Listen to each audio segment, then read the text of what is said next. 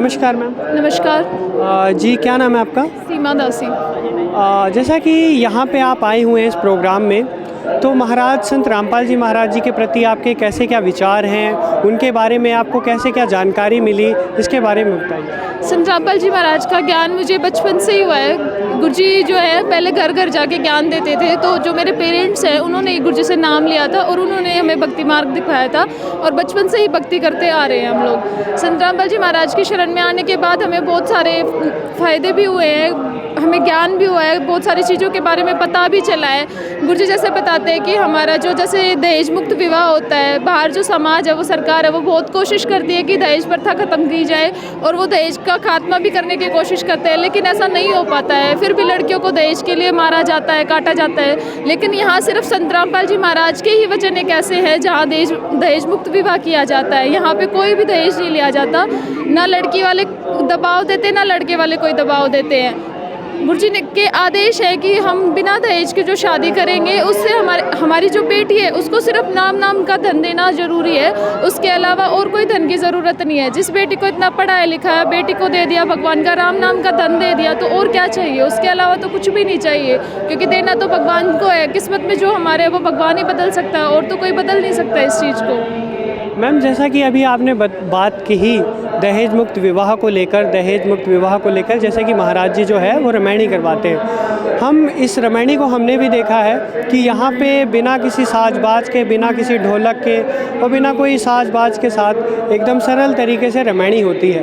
लेकिन जब हम बाहर देखते हैं सोसाइटी में, समाज में, तो वहाँ पे जो विवाह किया जाता है उसमें 7 फेरे लिए जाते हैं, कुछ कस्में खाई जाती हैं, कुछ को निभाने की, उसको आगे जीवन जीने के लिए। तो यहाँ पे ऐसा क्या विधि होती है? क्या वो निभाने की कुछ कस्में खाते हैं, उसको निभाएंगे कब तक, इस तरीके से कोई प्रॉमिस वगैरह जो होता है? यहाँ पे ऐसी कोई भी कस्में नहीं खाई जाती, सीधे साधारण तरीके से यहाँ रामायणी की जाती है। गुरुजी के आदेश और जो भगत भक्ति करते हैं, भगवान का ज्ञान समझ चुके हैं, उन्हें पता है कि ऐसे कस्में खाने से या झूठे वादे करने से, दहेज लेने से क्या ही हो जाएगा। लड़का भी तो अपने घर पे रहता है, उसको सारी फैसिलिटी दी जाती है, तो लड़की को भी दी जाएंगी साथ के साथ। ये सब सिर्फ संत रामपाल जी महाराज की वजह से ही हो पा रहा है। बाहर का समाज इतनी कस्में खाता है, 7 फेरे लेता है, इतना दहेज दिया जाता है, फिर भी उनकी बेटियों को छोड़ दिया जाता है, मार दिया जाता है कि इनको दहेज कम मिला, इसलिए उनके साथ बहुत सारा अत्याचार किया जाता है। लेकिन संत रामपाल जी महाराज के यहाँ पे ऐसा कुछ भी नहीं होता है। संत रामपाल जी महाराज के यहाँ जो रामायणी होती है वो 17 मिनट में हो जाती है। उसके बाद लड़की को एक बेटी से भी बढ़ के, सास जो है वो बेटी से भी बढ़ के रखती है घर पे। हमारे गुरुजी का जो ज्ञान है उसकी वजह से ये सब हो पा रहा है, वरना आज के समाज में ये सब संभव नहीं है। मैम आपने बात करी दहेज मुक्त विवाह को लेकर, आपकी क्या शादी हो गई है? नहीं, अभी मेरी शादी नहीं हुई है। अभी मेरी शादी के लिए लड़का देख रहे हैं, लेकिन मैं तो यही चाहूँगी कि मैं फ्यूचर में जो संत रामपाल जी महाराज के यहाँ भक्ति करता है, भगत है, उसी से शादी करूँ। क्योंकि समाज में मैं जैसे जाती हूँ, बाहर पढ़ती हूँ, तो वहाँ की फ्रेंड सर्कल देखती हूँ, वो शादी के बारे में बताती है कि हम इतना एजुकेटेड, इतना गवर्नमेंट जॉब के लड़के के साथ शादी करते हैं, लेकिन फिर भी वो लोग खुश नहीं हो पाते। वो बोलते हैं कि यार हमें हर टाइम सास दुख देती रहती है, सब करती है। लेकिन मैं तो चाहूँगी कि मैं फ्यूचर में संत रामपाल जी महाराज जी की यहीं पे रामायणी करूँ और भगत से ही शादी करूँ, क्योंकि उसके और मेरे विचार मिलेंगे, हम दोनों की भक्ति में भावना बढ़ेगी और जिससे कि हम आगे जाके अपने बच्चों को भी सही रास्ता दिखा पाएंगे और भक्ति मार्ग पर ले जा पाएंगे। ये सब सिर्फ संत रामपाल जी महाराज की वजह से ही हो सकता है और यही हो सकता है। आपने कहा कि आप अपने गुरुजी की जो विचारधारा है उसी से प्रभावित होकर आप रामायणी करेंगे, दहेज मुक्त विवाह। ठीक है, बहुत बहुत धन्यवाद। नमस्कार। जी क्या नाम है आपका? मेरा नाम सोनिया दासी है। आपने संत रामपाल जी महाराज जी से जुड़ते हुए आपको कितना समय हो गया है? हमारे ऊपर गुरुजी की दया रही है, कृपा रही है। हम बचपन से गुरुजी की शरण में हैं। जब मैं 4 वर्ष की थी तो गुरुजी ने मेरे ऊपर नाम की दया कर दी थी। पहले फर्स्ट ऑफ ऑल ये बताइए, आप यहाँ की जो व्यवस्थाएं हैं, ये जो आयोजन किया जा रहा है, किस उपलक्ष्य में किया जा रहा है ये आयोजन? ये दिव्य धर्म यज्ञ के दिवस के उपलक्ष्य में किया जा रहा है। 600 वर्ष पूर्व कबीर साहिब जी ने जो काशी में भंडारा किया था, उसको हमारे गुरुजी उस आदेश अनुसार हमारे गुरुजी सेलिब्रेट करते हैं। ये उस उपलक्ष्य में किया गया है, दिव्य धर्म यज्ञ के दिवस के रूप में। मैम, जैसा आपने बताया कि आप करीबन आपने ये बताया कि आपने जब आपका जन्म हुआ था आप उसी समय से जुड़े हुए हैं संत रामपाल जी महाराज जी से।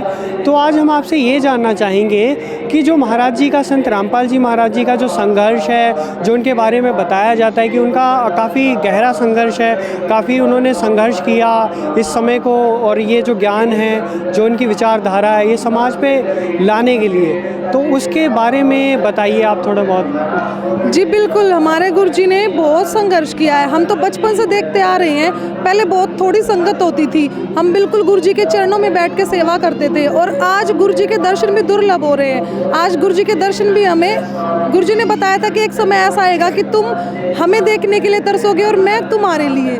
तो ये आज वही समय आ गया, आज हमारे गुरुजी के दर्शन हमें दुर्लभ होते हैं। लेकिन गुरुजी ने जैसे भंडारों का आयोजन किया, ये परमात्मा की दया हुई हमारे ऊपर कि ये भंडारों के स्वरूप में हमें सेवा का मौका मिला है। जैसे भंडारे में सेवा सब्जी राम की, फुल्का राम की, पूरी राम की, और यहाँ पे फर्स्ट एड कैंप का आयोजन किया गया है, रक्तदान शिविर लगाया गया है, नामदान स्थल की स्थापना की गई है, जूता घर लगाया गया है। वो सेवा का आयोजन हमें उस रूप में उपलक्ष हुआ है।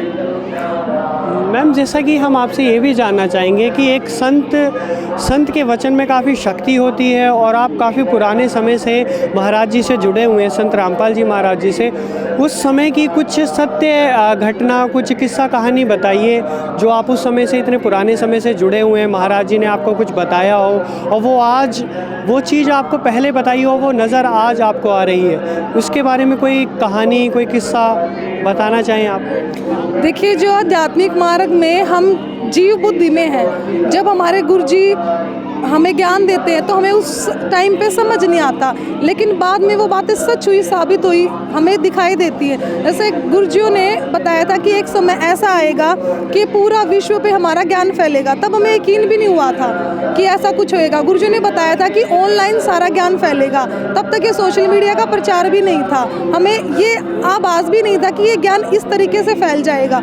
आज गुरुजी ने इतनी दया की है, यूट्यूब पे जैसे ही खोलते हैं तो हमारा ही ज्ञान ऊपर देखने को मिलता है, परमात्मा की दया से। पहले गुरुजी घर घर में जाके प्रचार करते थे कैसेट के माध्यम से, और गुरुजी जैसे सत्संग करते थे घर पे, हमारे घर पे भी गुरुजी ने दया की आने की, सत्संग के माध्यम से गुरुजी सबको बताते थे कि भी परमात्मा आए हुए हैं और भक्ति करने से हमें मोक्ष प्राप्त होगा।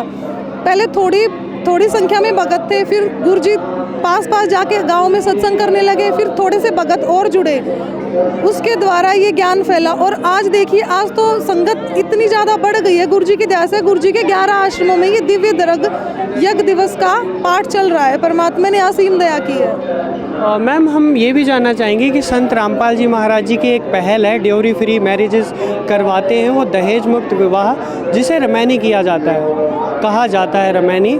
तो आपकी शादी कैसे हुई है, किस विचारधारा को लेके हुई है? जी बिल्कुल, मेरी शादी भी हुई है, और गुरुजी की दया से मेरी शादी दहेज मुक्ति हुई है। मेरे भगत जी भी नाम ले हुए हैं, वो भी पुराने ही हैं, और हम भी गुरुजी की दया से, हमने भी बचपन से ही नाम ले रखा है। ना तो उन्होंने दहेज के रूप में कुछ भी नहीं लिया है, एक पैसा भी उन्होंने नहीं लिया है, क्योंकि हमारे गुरुजी के ये आदेश और नियम दोनों चीज़ें कि हमें बेटी देनी है बस। गुरुजी बताते जिसने अपनी बेटी दे दी उसने सब कुछ दे दिया। मेरी शादी भी ऐसे ही हुई है गुरुजी की दया से। आपकी शादी को हुए कितना समय हो गया? मेरी शादी 6 साल हो गए गुरुजी की दया से। हमारा सवाल ये इसलिए था कि अक्सर कहा तो जाता है, बाहर भी कहा जाता है, जैसे कि हमें पढ़ाया जाता है, जो इतने बड़े बड़े एजुकेटेड पर्सन हैं, IPS IAS वगैरह वगैरह, वो लिखते तो हैं कि दहेज मुक्त भारत अपना बने, बड़े बड़े आर्टिकल्स छपते हैं, बड़ी बड़ी बातें की जाती हैं, सरकार के द्वारा भी पहल चलाई जाती हैं, लेकिन वो ज़मीनी हकीकत पे नज़र नहीं आती। न जाने कितनी बेटियों को सामना करना पड़ता है, बहन बेटियों को। इस समस्या का कहीं ना कहीं पूरी तरीके से ये ख़त्म नहीं हुई है। लेकिन आपने बताया कि आपकी शादी को 6 साल होने जा रहे हैं, दहेज मुक्त विवाह हुआ था, तो इस दौरान कोई आपके ऊपर कोई प्रेशर तो नहीं किया गया कि दहेज तो लेना ही चाहिए था, इस तरीके की बात कहीं आई हो? नहीं, बिल्कुल नहीं ऐसा। और मेरे साथ ही नहीं, ऐसा जो भी दहेज मुक्त विवाह हुआ है यहाँ पे आश्रम में हमारे भक्तों में, ऐसा किसी भी बहन या बेटी के साथ नहीं होता। कोई ऐसी प्रताड़ना नहीं होती या ऐसा उसके ऊपर प्रेशर नहीं दिया जाता कि आपको दहेज लेना ही है। सबसे फर्स्ट ऑफ ऑल तो नियम ही यही है कि दहेज हमें लेना ही नहीं है। ये प्रेशर ही ख़त्म करना है कि भी बेटी हो गई, वो माँ बाप टेंशन में आ जाते हैं कि बेटी हो गई, उसको शादी के लिए हमें पैसा एकत्रित करना पड़ेगा।